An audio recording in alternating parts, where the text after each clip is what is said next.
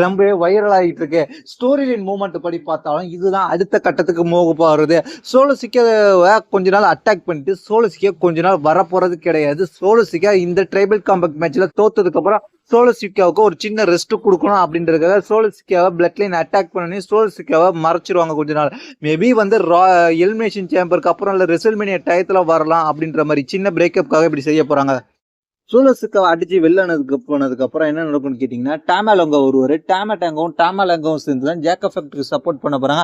அவங்க 2 பேரும் தான் ஜாக் எஃபெக்ட்க்கு பின்னாடி நிக்க போறாங்க. இது நாள் வரைக்கும் எப்படி வந்து சோலோசிக்காவுக்கு பின்னாடி டாமாட்டாங்கவும் ஜாக் எஃபெக்ட் நின்னாங்களோ, அதே போல இப்ப ஜாக் எஃபெக்ட்க்கு பின்னாடி டாமாலோங்காவும் நிக்க போறாங்க. இதுதான் இந்த ஸ்டோரி லைனோட அடுத்த கட்டத்துக்கு போக போகுது.